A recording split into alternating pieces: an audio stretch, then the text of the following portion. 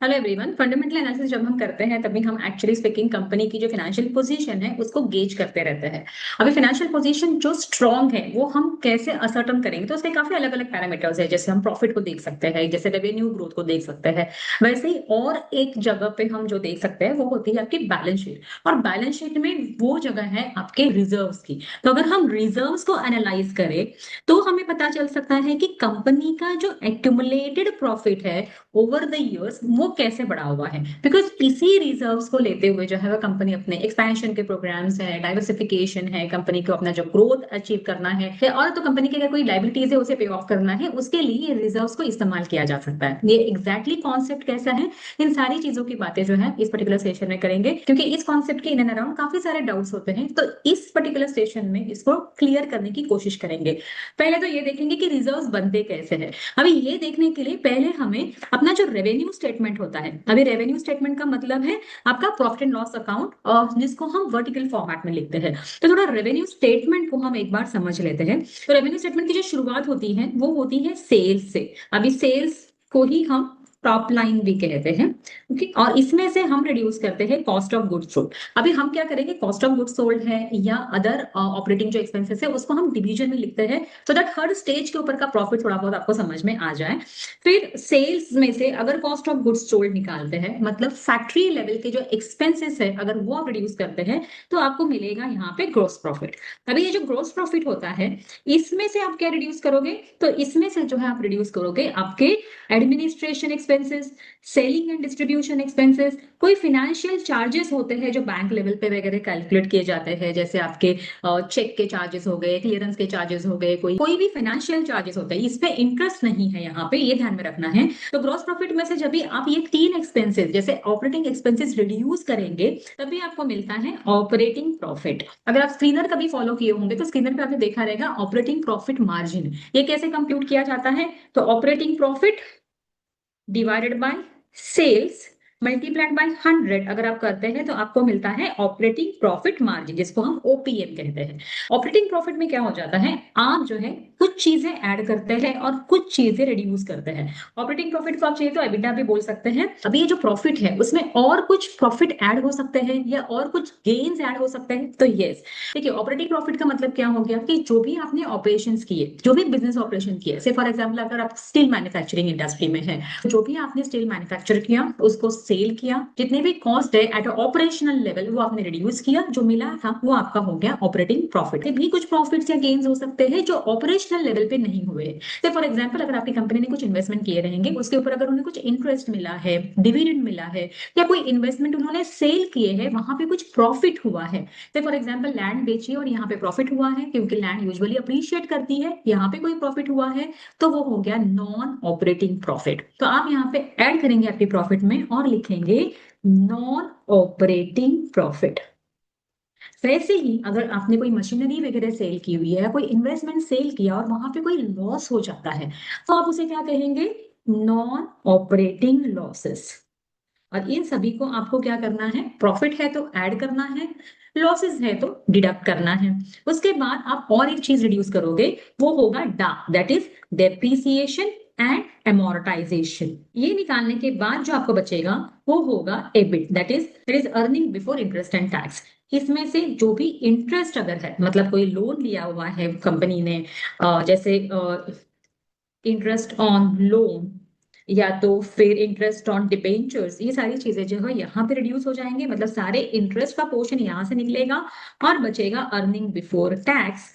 यहाँ पे आप जो है कॉर्पोरेट टैक्स पे करते हैं, इसको डायरेक्ट टैक्स भी कहा जाता है। तो आपने यहाँ पे टैक्स पे किया और फिर बचा आपका फेवरेट पैट या ईएटी, अर्निंग आफ्टर टैक्स या प्रॉफिट आफ्टर टैक्स। अभी ये जो आपका बचा हुआ है इसके दो हिस्से होंगे। एक हिस्सा जो है ये डिविडेंड के फॉर्म में शेयर होल्डर्स के पॉकेट में जाता है, और दूसरा हिस्सा जो है ये रिटेन्ड अर्निंग के फॉर्म में कंपनी के बैलेंस शीट में ट्रांसफर हो जाता है। अब ये डिविडेंड के फॉर्म में कितना जाएगा या रिटेन अर्निंग के फॉर्म में कंपनी के पास कितना रहेगा, ये डिपेंड करता है कि बोर्ड ऑफ डायरेक्टर्स क्या डिसीजन लेते हैं। अभी बोर्ड ऑफ डायरेक्टर कौन से बेसिस पर डिसीजन लेंगे कि डिविडेंड कितना जाएगा और रिटेन कितना करना है प्रॉफिट, वो डिपेंड करता है कि कंपनी के पास आने वाले दिनों में क्या क्या ग्रोथ प्रोस्पेक्ट्स है। अगर बहुत सारा ग्रोथ एक्सपेक्टेड रहेगा तो क्या कंपनी डिविडेंड देना पसंद करेगी?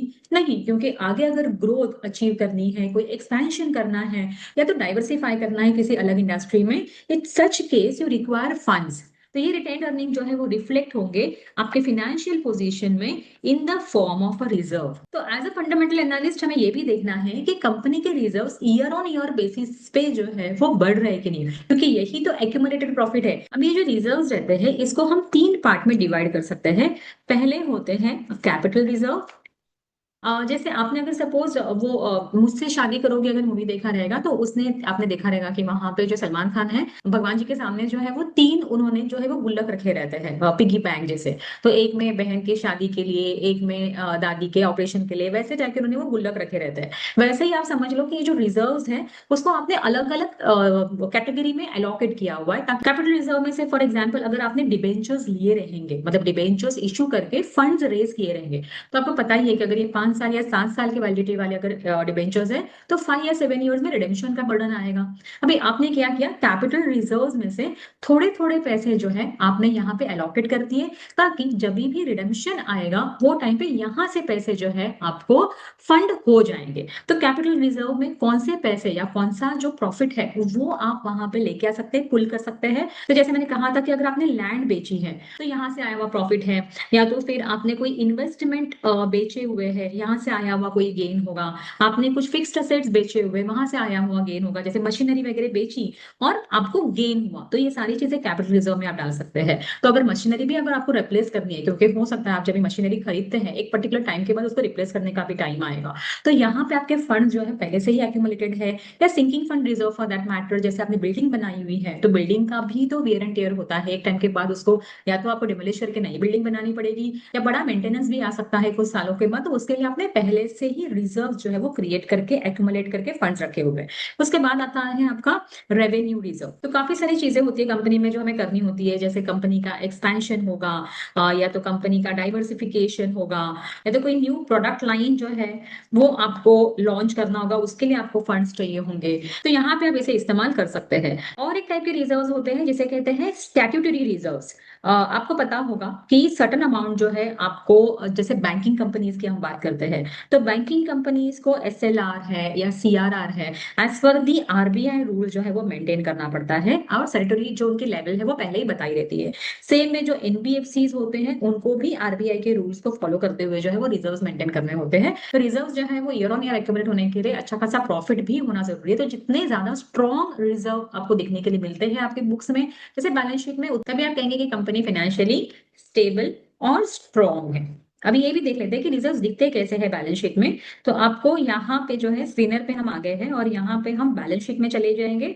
और बैलेंस शीट में अगर आप यहाँ पे देखो तो अभी आपको यहाँ पे बैलेंस शीट में देखने के लिए मिल जाएंगे। आप देख सकते हैं यहाँ पे 2016 से देखने के लिए आपको मिलते हैं टिल सितंबर 2025। अब यहाँ पे इक्विटी कैपिटल भी आप देख सकते हैं, रिलायंस 2016 में इक्विटी कैपिटल जो है वो 2945 दैट इज 2950 करोड़ के आसपास था, अभी हो गया है 13,500 के आसपास। लेकिन अगर आप रिजर्व की बात करें तो यहाँ पे जो रिजर्व्स है ये हो गए हैं 2,28,000 से बढ़कर 8,67,748, 8,63,748। तो आप देख सकते हैं रिजर्व्स ईयर ऑन ईयर जो है ये इनके बढ़ते ही गए हैं। इसका ही मतलब है कि every year company was earning profit. यहाँ पे थोड़ा सा प्रॉब्लम है, मार्च 2023 का ये कोविड का रिकवरी वाला ईयर था, उसके बाद जो है वो बढ़ते ही गया है और अभी ये दिख रहा है आपको 8,63,748। So I hope you understood this point. अगर कुछ आपको क्वेरी होगी तो आप कमेंट बॉक्स में जरूर लिख सकते हैं। Thanks for your time and happy learning.